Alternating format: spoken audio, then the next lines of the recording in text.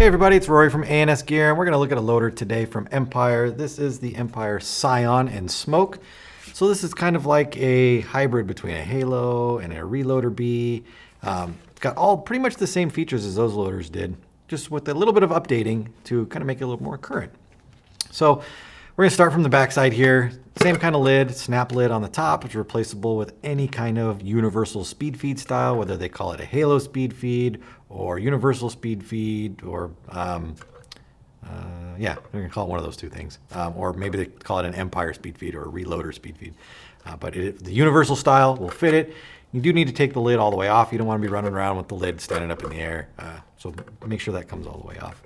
But again, you don't need to use it. They pop up super simple, but if you want a faster loading experience, get a speed feed on it. Shells are kind of made the same material, so they're super durable. They don't have the cracking necks anymore. They did put a little bit of kind of just a little flare to it. So you've got a smoke finish right here, which is kind of a dusted smoke, and then the Empire logo that you can see on here is like a clear smoke. Whether that's perfect for you. It's easier to see inside of there. You can see paintballs inside of there a little bit better.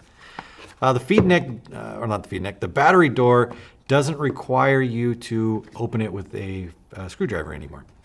They've put a latch into it, so you can pull the latch forward and pop it open and get to your battery harness, which is still, which I like, 6 AA batteries inside the harness. I know they did some versions like the Halo 2, which were a 4 battery version. Just seemed like it was slower and weaker and didn't really have the push or the longevity that the 6 battery harness does. So I prefer the 6 ones. It does make it slightly heavier, but really over the scheme of your gun and your tank and your paintballs, does 2 batteries really make that big of a difference? I know a lot of you will probably say yes, but not that big of a difference. Integrated rip drive on there, so you can spin the loader should your batteries die.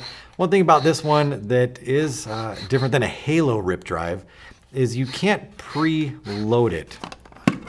When you spin this thing, you are really just turning the tray on the inside, the drive cone. There's no spring inside of there that you can wind up and then stop spinning and it will release and keep pushing paint in there.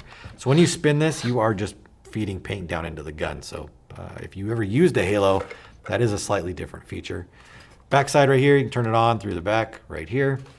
It does use a brake beam system, so this isn't a sound activated loader. There is an eye system inside of here that senses paintballs dropping through so that it knows when to spin. It has anti-jam in it. There's an infrared sensor in there also that notices when it spins but no paint drops through. So it'll automatically back itself up really quick and then try to load again to get paint going down into the loader. I think that's it. So we'll run some paint through it and we'll see how it goes. As I'd like to do, I've got all sorts of different paint. Reball, standard paint, cheaper paint that's kind of weird and misshapen. So we can see if it feeds everything, if it jams, if it tries to clear itself when it jams. So we'll try to see what happens here. All right, so let's put some paint in it.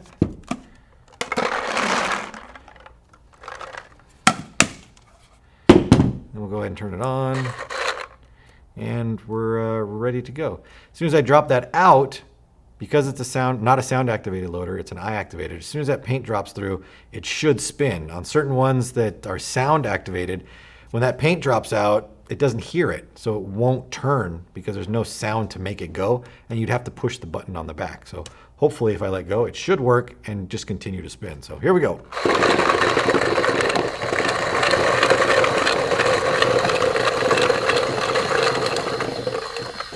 All right, so that went through that pretty quick. No jams, fed reball with no problems. Didn't hiccup on anything really.